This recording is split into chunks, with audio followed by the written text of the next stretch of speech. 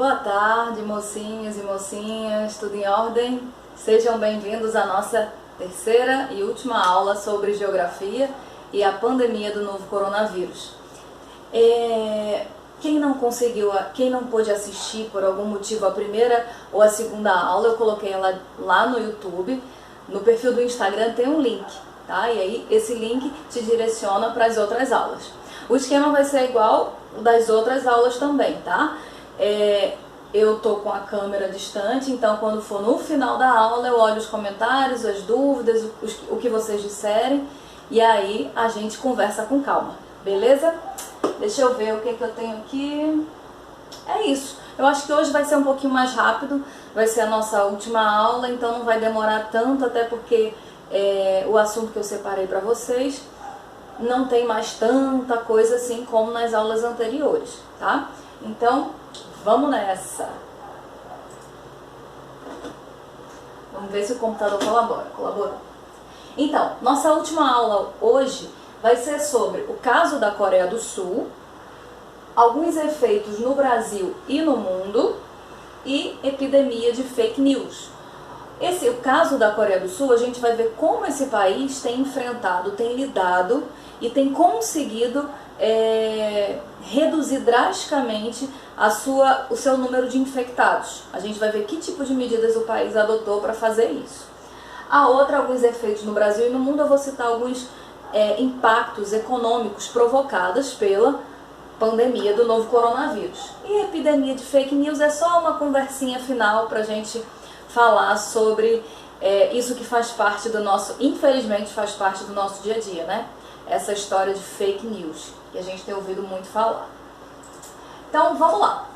Caso da Coreia do Sul. Primeira coisa importante, localização do país. Onde é que fica a Coreia do Sul?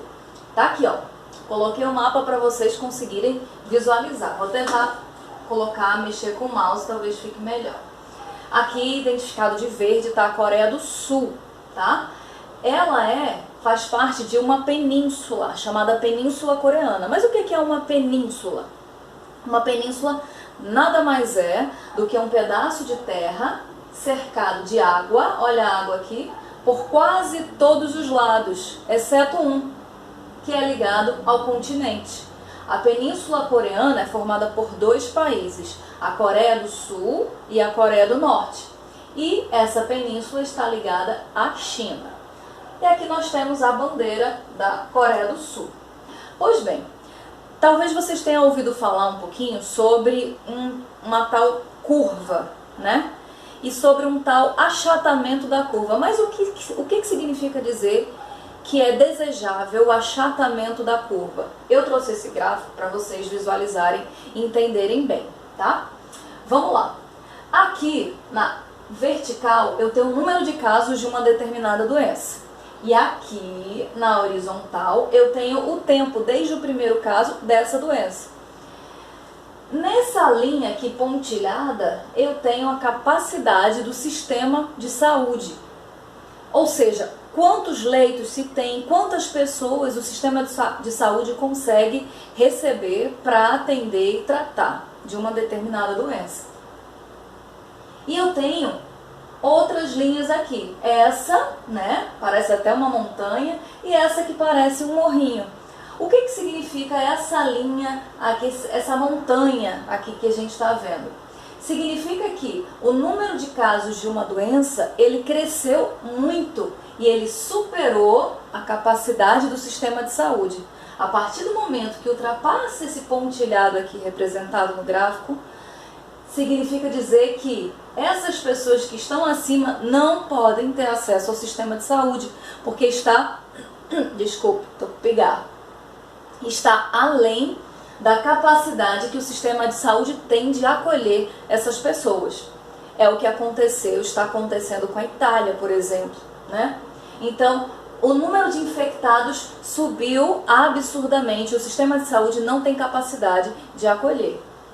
Aqui, nessa outra linha que eu falei que parece um morrinho, é quando se tem medidas de controle. ou seja, isolamento social, realização de testes. Então, o número de infectados, ele não cresce assim num curto período de tempo.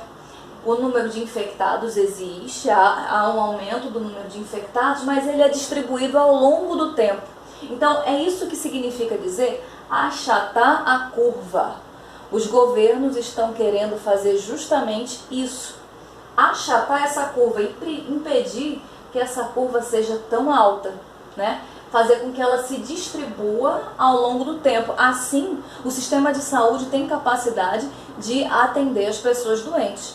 E o número de pessoas, de mortos, pode acabar sendo reduzido, né? E como é que se faz isso? Isolamento social, realização de testes, entre outras medidas, tá bom? Mas vamos falar da Coreia do Sul especificamente. No outro slide, eu já estava falando da Coreia do Sul. Eles estão adotando diversas medidas para achatar a curva. E aqui nós temos uma outra medida tomada pelo governo da Coreia do Sul para fazer esse achatamento, que é o diagnóstico. Na Coreia do Sul tem sido realizado aproximadamente 15 mil testes por dia. Você chega lá no seu carrinho, bonitinho, né? Aí vem o profissional da saúde, coleta o material de você, né? Pega o seu contato, seu telefone, e assim que o seu resultado sair, ele manda uma mensagem para você dizendo você está infectado ou não. E ainda envia as recomendações que você deve tomar caso esteja infectado com a Covid-19. E aí, nesse detalhe aqui da Coreia do Sul, diagnóstico e informação geográfica. Por que eu coloquei que tem uma informação geográfica? Vamos ver esse outro slide. Vocês vão ver que tem um texto enorme, mas eu nem vou ler ele todo, tá? Vou só mencionar algumas coisas importantes. A Coreia do Sul tem feito muitos exames para diagnosticar se as pessoas estão com a doença ou não. E aí, a partir do momento que se descobre que uma pessoa tem a doença, o que é feito? As pessoas que moram próximas a ela também são informadas. Como assim? Vamos dar um exemplo. Digamos que eu fiz esse exame, esse teste, né? E foi acusado que eu estava com a doença. Então, eu recebo no meu celular a informação de que eu estou contaminada pela Covid-19. Mas não só eu recebo essa informação. As pessoas que moram próximo a mim também recebem essa informação. Não com o meu nome. Não dizem, Tatiana está infectada. Não. Mas eles dizem que uma pessoa próxima a você está infectada. Diz a idade e diz o sexo, né? E além disso, por isso que eu falei sobre a informação geográfica. Além de dizer que uma pessoa próxima a você está infectada, é informado ainda aos próximos do infectado que lugares essa pessoa frequentou nos últimos dias. E como é que isso é descoberto? A partir do uso do cartão pela pessoa. Digamos que eu fui no supermercado e fiz compra, passei meu cartão. Fui na farmácia, fiz compra, passei meu cartão. Através de câmeras de vigilância, através do celular também, né? Informação da localização de onde essa pessoa infectada passou. E quais as consequências disso? Uma das consequências é o seguinte fato: a partir do momento que o estabelecimento foi frequentado por alguém que foi diagnosticado com Covid-19, muitas pessoas passam a não querer ir naquele estabelecimento. Então, digamos que eu fui ali na bodega do seu Zé comprar comida para minha casa e eu estava infectada e os meus vizinhos foram notificados com essa informação. Então os meus vizinhos, eles não vão querer mais ir na bodega do seu Zé para comprar nada. Por quê? Porque uma pessoa infectada esteve lá e pode ter contaminado todo o ambiente. Então, se ouviu falar de casos de estabelecimentos comerciais que fecharam as portas por esse motivo, porque pessoas infectadas estiveram nesses estabelecimentos. Além de tudo isso, esses efeitos do ponto de vista econômico, também tem a questão da invasão da privacidade, né? É feito todo um rastreamento dos locais por onde a pessoa infectada passou, né? Então, de certa maneira, isso é uma atitude invasiva e que tem sido criticada por muitas pessoas também, tá? De qualquer forma, essa é uma das atitudes que o governo sul-coreano tem tomado para amenizar o seu número de casos e de mortes também. Pois bem, falado da Coreia do Sul, vamos para o nosso penúltimo tópico. Alguns efeitos no Brasil e no mundo. Um detalhe importante antes da gente seguir com esse tópico, que fala sobre os efeitos no Brasil e no mundo e tudo mais, é o seguinte: a gente podia ter, antigamente, nós já tivemos, né, pandemias, epidemias, doenças que provocaram graves problemas para a população, né? Mas nós não tínhamos a medicina tão avançada como é hoje, e nós não tínhamos também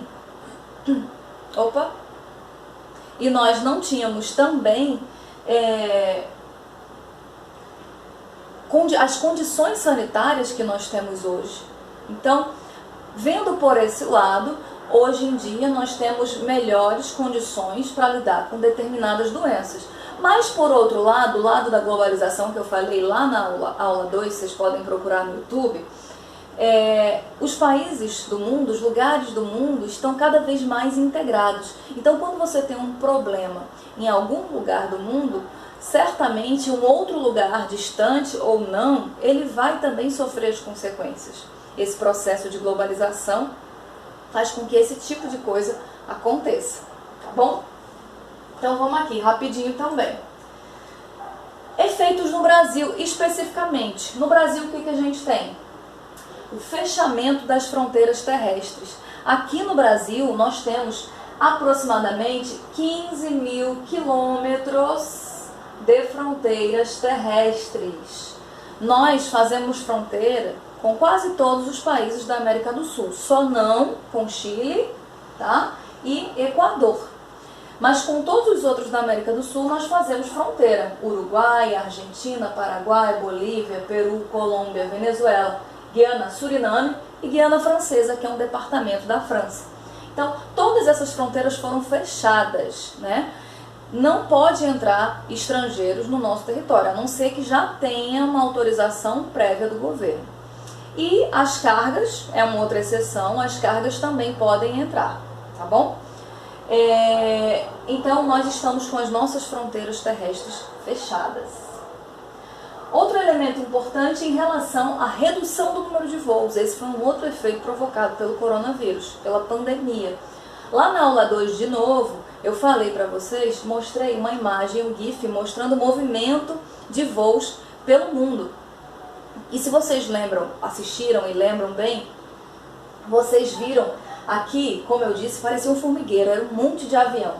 Isso aqui amarelinho são os aviões que circulam pelo mundo, que se movimentam, né?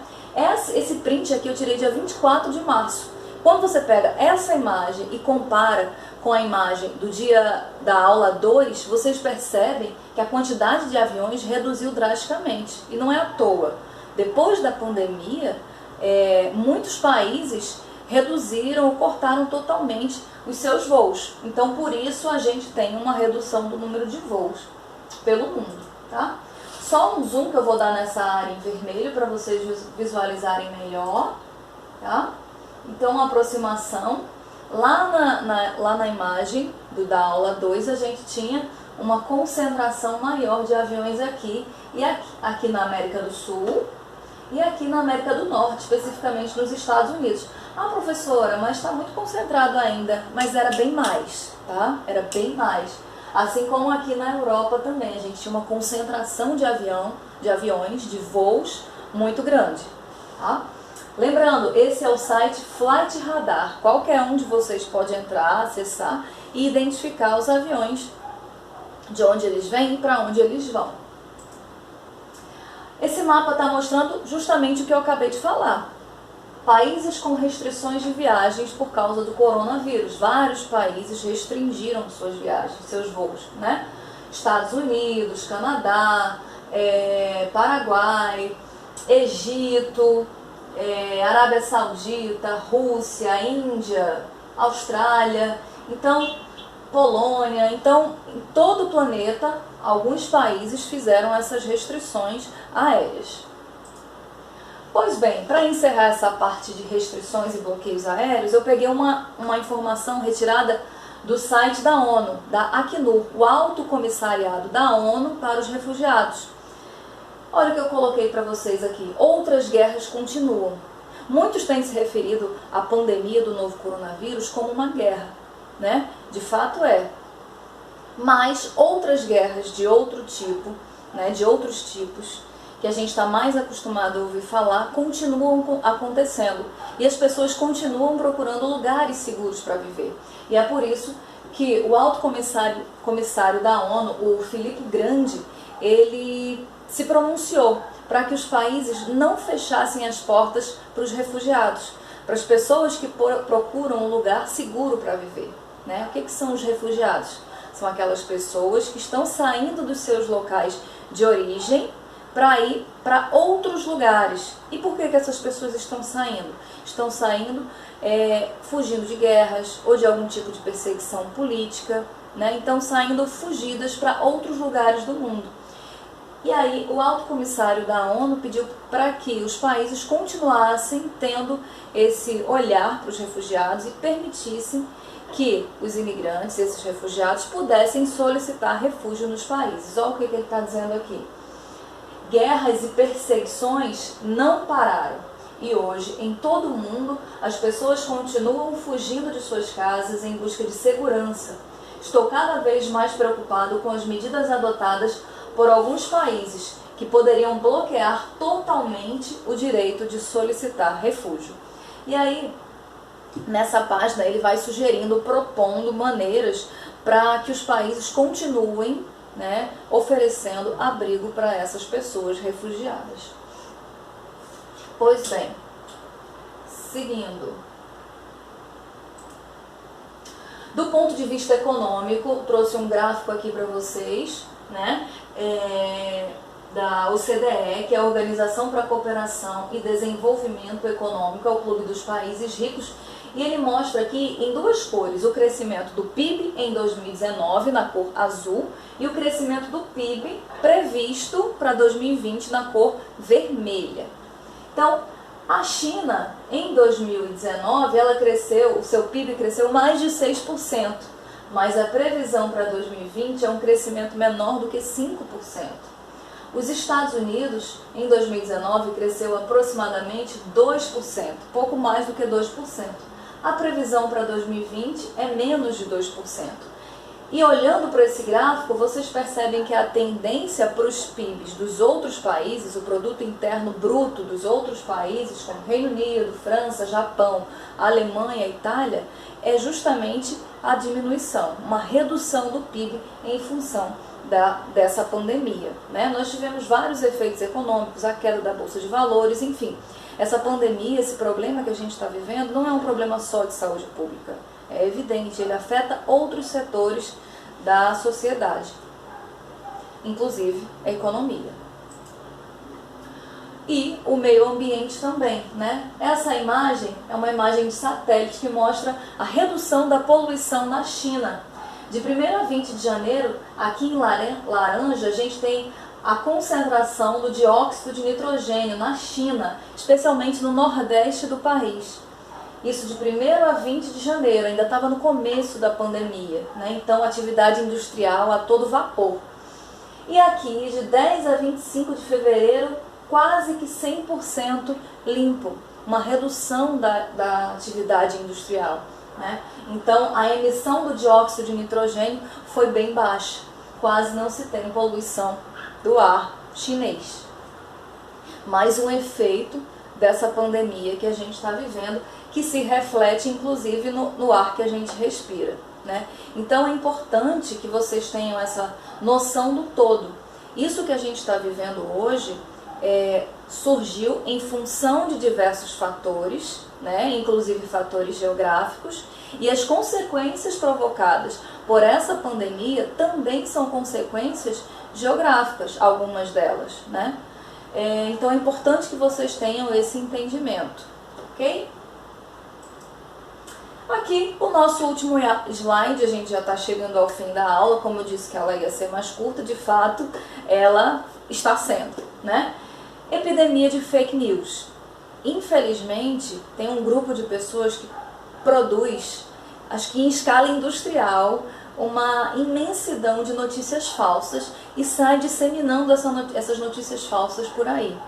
E nós, enquanto cidadãos de bem, pessoas que se preocupam com os outros e que não querem disseminar notícias falsas, nós temos que ter essa responsabilidade. Então eu faço aqui um apelo para vocês, meus alunos queridos, que vocês sejam responsáveis. Quando receberem uma mensagem no celular, não souber se essa informação que você recebeu é real ou não, então o que você faz? Não compartilha.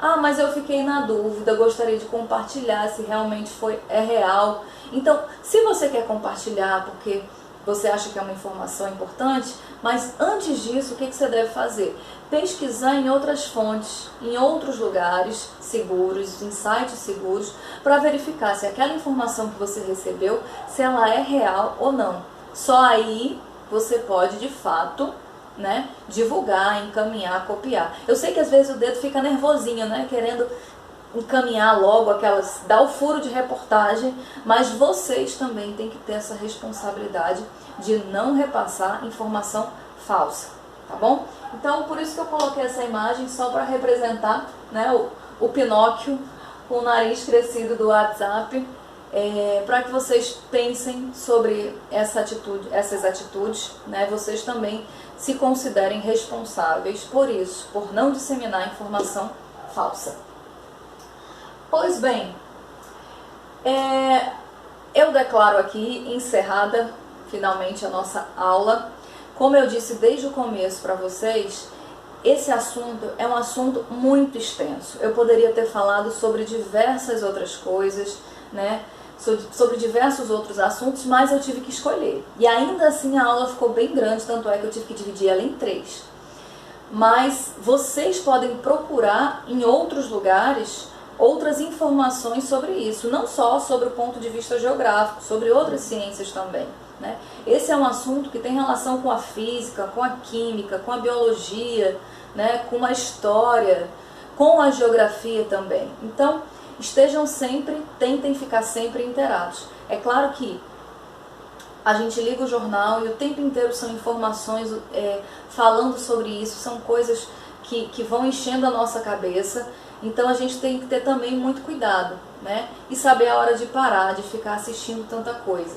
Tem que se manter informado, tem que saber o que está acontecendo, mas tem que limpar a mente também, procurar outras coisas, tentar desviar a atenção, caso isso esteja te fazendo mal para o seu corpo, para a sua mente de alguma forma, Mas eu agradeço a vocês que acompanharam até aqui, a vocês que estão acompanhando pelo YouTube.